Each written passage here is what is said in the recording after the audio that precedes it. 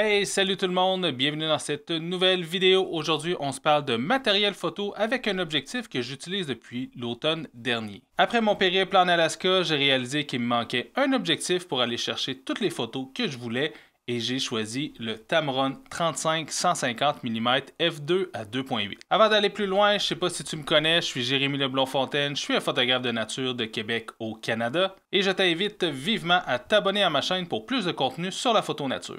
Je l'ai mentionné d'entrée de jeu, j'ai décidé d'aller chercher le Tamron lorsque je suis revenu de l'Alaska. Je voulais un objectif versatile qui allait faire un peu de tout en remplacement de mon 24-70 et de mon 70-200 mm. Au lieu de traîner ces deux objectifs, j'allais pouvoir prendre seulement le Tamron et ainsi sauver beaucoup d'espace et éviter d'avoir à changer d'objectif sur le terrain. En complément de mon 120-300 mm f2.8, je vais aller chercher toutes les focales entre 35 et 300 mm. Pour un angle de vue un peu plus grand, je peux apporter mon 14-30 mm f4 ou encore réaliser des panoramas à 35 mm avec le Tamron. En plus de sa versatilité, l'ouverture maximale de l'objectif est très grande. À 35 mm, on est à f2 et à 150 mm, on est à 2.8.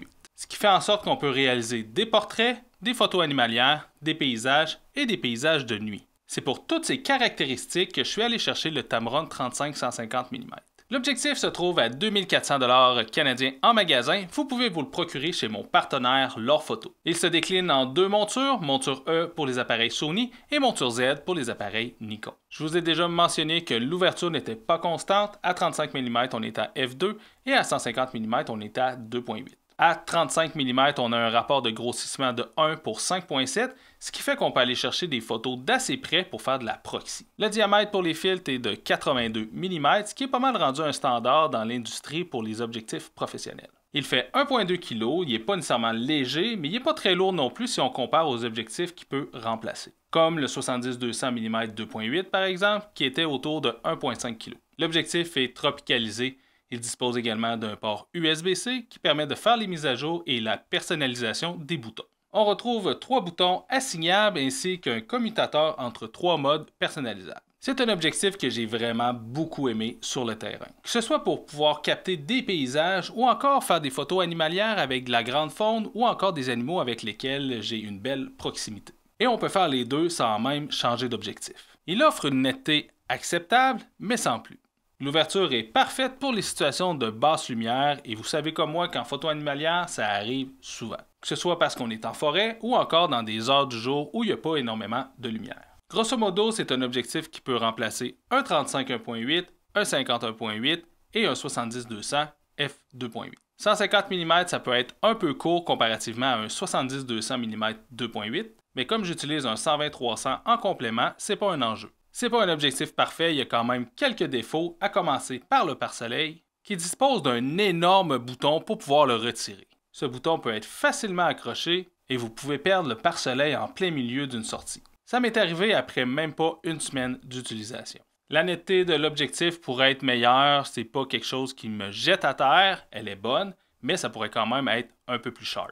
L'aspect le plus mauvais de cet objectif est le flare. Il est tout simplement, et ici je pèse mes mots, dégueulasse. Je dirais même qu'il est pire que le 14-24 mm Nikon monture F. Ça a été quand même un enjeu au début pour moi parce que j'adore photographier à contre-jour, spécialement lorsque le soleil est dans l'image. Mais en me plaçant d'une certaine manière, j'arrive quand même à contourner un peu le problème, mais reste quand même que lorsque je vois le flare dans l'image, il est très présent et il est vraiment pas beau. C'est un point négatif qui est quand même très important, spécialement dans ma pratique de la photographie. Mais compte tenu de tous les avantages que l'objectif offre, je suis quand même capable de passer outre ça. C'est maintenant le temps de vous montrer mes meilleures images réalisées à l'aide du Tamron 35-150 mm f2 à 2.8.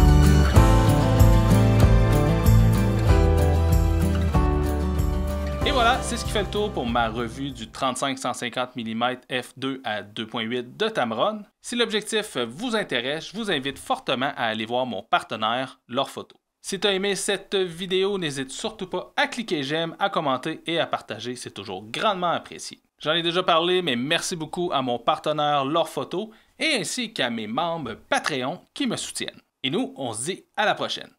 Ciao tout le monde!